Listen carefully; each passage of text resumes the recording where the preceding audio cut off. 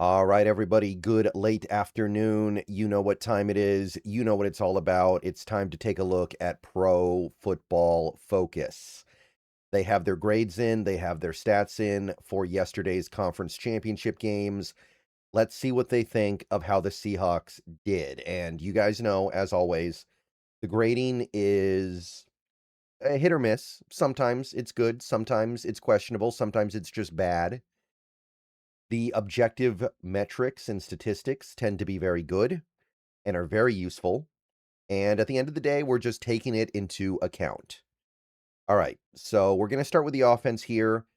This is the side of the ball that played really well last night. So you would expect to see some pretty good grading here. And for the most part, you do. Not everywhere. It's never going to be everywhere, of course. But JSN leads the way by a long shot, which, I mean, that's common sense, right? Who else would be our best offensive player? All right, everybody, before we go any further into the video, I want to take a minute to tell you guys about a wonderful app called Sleeper, a one-stop shop for all your sports needs. You can celebrate and chat about sports in real time with other users. You can get all kinds of scores, sports news, and sports alerts with blazing fast speed. And of course, you can play in fantasy leagues and win real money on picks contests. So enjoy sports with other people in a community. Download the Sleeper app today and remember to use the promo code SBN, that is SBN, for up to $100 match on your first deposit. And they also have a free $20 entry right now, no deposit required. So pair those two up. Terms and conditions do apply. See Sleeper's terms of use for details. Currently operational in over 25 states and growing. Check out the Sleeper app and have fun with sports this year. And I know this is where everybody says, "What about Sam Darnold?" And that would be the other guy that I would suggest, of course, but, JSN, I totally get it, 92.2, almost everything you could want from a wide receiver in a game. He caught it downfield, he caught it short, he got yak, he did it all on Sunday, and it was the full package, and it was the kinda game that we haven't seen from JSN that much recently because the defense has been so good, we just haven't needed a game like that. But everything you could want in one game. Charles Cross, second place, 81.9, and that was with allowing a little bit of pressure, so they really liked his overall game this week, and they thought that he did a really good job despite occasionally giving up a little bit here and there, and that money looks like it's well spent right now, and Jake Bobo is your bronze medal holder. I know it's only 13 snaps, but you catch a touchdown, and you're doing a little bit of work as a blocker, not a lot, but a little. You're gonna get there. So 80.7, good for him. One of our best players, theoretically. Obviously, he wasn't actually one of our best players, but he made a big play, and he took advantage of the opportunities he got. Ken Walker, really happy to see him up here, even though he wasn't the most productive runner in the world, mostly because he did great work as a receiver, 77.5. And, I mean, that just goes to show you that he can contribute in so many ways for this team. He even got a good pass blocking grade this week. So, he's earning himself some money this offseason, and he deserves it. And at this point, I think this is gonna be the team that gives it to him, and I'm cool with that. Abe Lucas, real solid, almost a 72. Gray's Abel, quite good as well, almost a 69. He did have the one penalty, by the way, so that pulled it down a little bit, but still really good. Cooper Kupp, clutch. Cooper Kupp, 68.1, workable. Totally cool with that. And Sam Darnold, 67.4. So I think the fumble really kneecapped him. But this is where I need Pro Football Focus to lock in a little bit and understand what Darnold did yesterday. He had 0 turnovers and 350 yards in a game where he didn't get a lot of support from the rest of the team. He got support from JSN, Shaheed, Walker, Kupp. He got support from the receivers, but there wasn't a lot of running going on. There wasn't a lot of great defense being played. Like 67.4 seems like an insult. Like that cannot be right. And again, it's mostly because of the fumble. I know that. I think the fumble alone docked him like 10 points. I saw somebody say that. I don't know if it's true or not, but you got to miss me with that. There's no way that accurately reflects how good Sam Darnold was. There's no way you can say that Abe Lucas was better and more valuable for the Seahawks yesterday than Sam Darnold. So that seems like a big swing and a miss. Shaheed, 65.6. I mean, he really only had the one big play offensively. It was such a big one. It seems a little bit low, but when you think about it, I mean, one play out of 38, I get it. Alani, respectable, especially as a receiver. He was very productive as a receiver out of the backfield in this game, 64.2. Not really so much as a runner or a blocker. And the blocking thing surprises me a little bit, but they did ding him with one pressure allowed, so I get it. And it's a small sample size anyway, but I thought that he was admirable in relief for Charbonnet. Um, Jalen Sundell, 60.9. He's been a little bit leaky in pass protection lately, I will admit. And he also had the penalties, so I get it. But I'm still okay with Sundell right now. I think he's actually doing some really good work, and I'm cool with it overall. Then you had three players that only played one snap each. Nothing to say there. Derek Young, Brady Russell, Cam Akers, Eric Saubert, Nick Collerup, who barely played, and AJ Barner all down here at the bottom. So all three of our tight ends got dinged heavily, mostly just because of what they were doing in the passing game. Like Saubert, 50.8, and he didn't get targeted at all in this game. And AJ Barner caught both of his targets. I know he had a fumble, but he fumbled out of bounds. He was like literally over the sideline when he fumbled. There was no opportunity for that ball to be actually turned over. So again, context matters here, people. Again, the fumble probably took his grade down by over 10 points. That one play probably took his overall PFF grade down by like 10 points, and very unnecessary, especially when, by Pro Football Focus's own admission, he had a good game blocking. So very goofy. Definitely don't like that. Same with Saubert. Now, Saubert maybe wasn't quite as impactful as a blocker, but doesn't make a lot of sense for him to be this low when he's not a part of the passing attack. And bringing up the rear is, well, it was not a very good game for Anthony Bradford, although I think this is probably putting it on a little bit thick. I do think he's a little bit better than this. 3.1 pass protection grade. But yeah, it was a problem last night, and I don't know what to really say about it at this point. Hopefully it gets better at some point, but this is year 3 now. He probably is what he is, and we got to be okay with that, and we'll see what happens next year. But I mean, I know that he has some people on this team, on this organization, that like him, but I don't think you can defend a 35.5. There's no way Pro Football Focus is this wrong. I need him to be I need him to be serviceable. This is not serviceable. But overall, good grades, good scores. Reflects the performance the offense had for the most part. All right, passing grades. Just want to take a look at this page for the big time throws. They gave Sam Darnold 3 in this game. Pretty nice. They did give him the one turnover worthy play, which I'm guessing was the fumble, but I'm not 100% sure about that. So I he brought back to pass 40 times in this game and didn't throw a single turnover worthy pass. That's actually really good. That's really awesome. And again, it just further highlights to me how good he was in this game and how goofy it is to have him graded this low. So we got that. The passing chart, very nice, very clean. Hit 3 plays deep down the field in this one, 2 between the numbers, 1 to the right.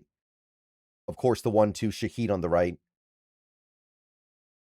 That's the Sam Darnold that we kind of remember from earlier in the season, and he didn't give up anything around the line of scrimmage to get there. He completed 4 passes to the intermediate area, very effective there. And he also was very effective short, over the middle, to the left especially. And he hit some plays behind the line of scrimmage. He had over 50 yards on 5 attempts on passes behind the line of scrimmage. I'm assuming those are pretty much all Walker checkdowns, but either way, I think this one was the Bobo bubble screen that just didn't get to him. But I mean, it's a great passing chart, man. He's hitting to every part of the field.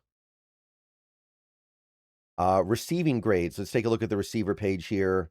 Another week where they're really letting JSN play in the slot quite a bit. And obviously he lined up everywhere in this game. He was slot, he was wide. He was in the backfield a little bit, and you can see it here. He still lined up wide more than he lined up in the slot, but they are letting him back in the slot a lot in the last few games. And this was the first time he really went off in one of those games, but he did go off. So it's like they were saving this all year for the end of the season. It's like they were really just saving the slot snaps for JSN because I talked about it a lot during the season. During the actual regular season, he barely played in the slot. He played in the slot about as much as a guy like a Jamar Chase does. He played in this game, he was 41%. That's a lot more than Cooper Kupp. That's more than Rashid Shaheed.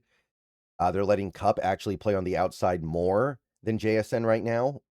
Although you can see that Kupp, Shaheed, and JSN were all at 21 each on the outside. 16 slot snaps for JSN is easily more than anyone else. Definitely interesting. Definitely notable. And hey, it worked, right? Yesterday was a great game by the offense. All right, so that is that. Receiving versus coverage, again, the main thing I like to look at here, who is JSN getting his targets against? And it's a beautiful thing, right?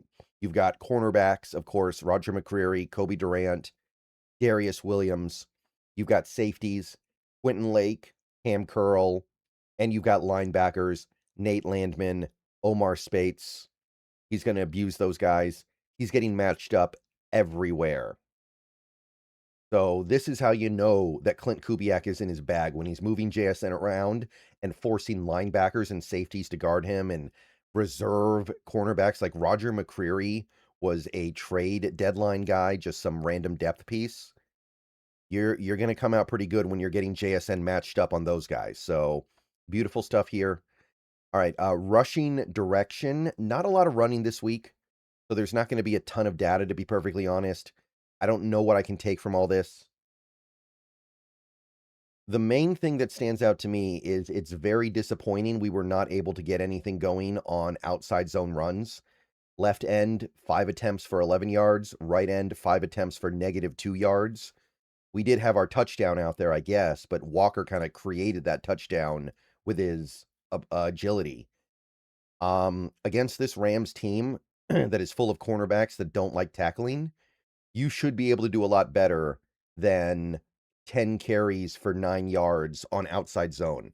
Outside zone should be making life really hard for guys like Kobe Durant, the Slim Reaper, and Darius Williams. These are not good tackling corners. So the fact that we couldn't get anything going on outside zone is frustrating. We found a little bit of success off right guard, which is between Bradford and Lucas. Right tackle was passable, middle right okay. One good run over to the left off left tackle, but overall, man, not a lot. Not a great day running the ball, and it's a good thing Darnold was able to pick up the slack. I will say the Rams probably went into that game thinking we are not going to let the Seahawks beat us with the run. We're going to commit to stopping the run and force Darnold to beat us because they saw the Niners game and they were like, the Niners never really made Sam Darnold beat them. Darnold made some good throws, but they could have won. The Seahawks would have won that game in a blowout if Darnold threw the ball 3 times that whole game. So I'm sure the Rams were thinking, look, we got to overcommit here and see what happens. And they found out the hard way, but I mean, at least they tried something. So I get it. It's not always going to be clean for you, but this was a pretty poor performance by the run game as a whole. Pass protection, little bit ugly this week. Now, of the 3 sacks on Darnold, only one of them was attributed to a blocker. Bradford gave up the only sack listed here. So there are some sacks and there are some pressures on Darnold that are not attributed to the offensive line, but it's still definitely leaky here. Now, you can see that a lot of the players are still very well graded. In fact, pretty much everybody's well graded except for Bradford, who actually got a significant number of pass blocking snaps. But 3 pressures allowed on Cross. You had 1 on Lucas, 3 including a quarterback hit on Zabel, 3 including a quarterback hit on Jalen Sundell, and George Halani also allowed 1 as a blitz picker-upper. It's a pressure, right? It's not like it's a hit or a sack or anything, but it still sticks out when you've only got 3 reps. The guys who were clean only had a handful of reps. Saubert, Barner, Kenneth Walker had 2 reps. So, I mean, It's mostly just pressure, but it still isn't as good as many previous weeks. We've definitely seen better. Bradford's the only one that's really bad, and this is kind of untenable now. You're a right guard, you're going up against nose tackles and one techs mostly. The fact that you're giving up 6 pressures in a game, when you're the right guard, okay, that's getting a little bit ridiculous. I understand that. But other than that, I mean, the grading is good. It's just the numbers definitely added up more than we would have liked. And some of that was because we threw the ball more than we usually do. So it's not exactly a capital offense, but I don't know. Could have been better. I think we can all agree on that. We definitely would have liked it to be a little bit better. Run blocking, again, the only thing I look at here is zone versus gap, and we lived in zone. We did nothing but zone in this game. Zone running, 23 gap running. And it's kind of interesting, right? Because we didn't run the ball that well. I wonder if that was a mistake. I wonder if that was an intentional commitment. I like zone. I think this team is better built for zone than gap. I understand that, but at the same time, you can't say what they did worked all that well here. But overall, what they did worked very well. It was a very good game by the offense. The passing attack stepped up in a big way when they needed it the most. And they proved that they could excel in situations where they can't just lean on the rushing attack. All right. That's going to do it for this video. We're going to do the defense in a couple hours. See you guys soon. Go Hawks. Everybody have a good rest of your day. And yeah, these guys carried the load. Shout out to Darnold, JSN, Bobo, Cup, Ross, Shaheed, Walker. It's a beautiful thing. All right. See you guys later.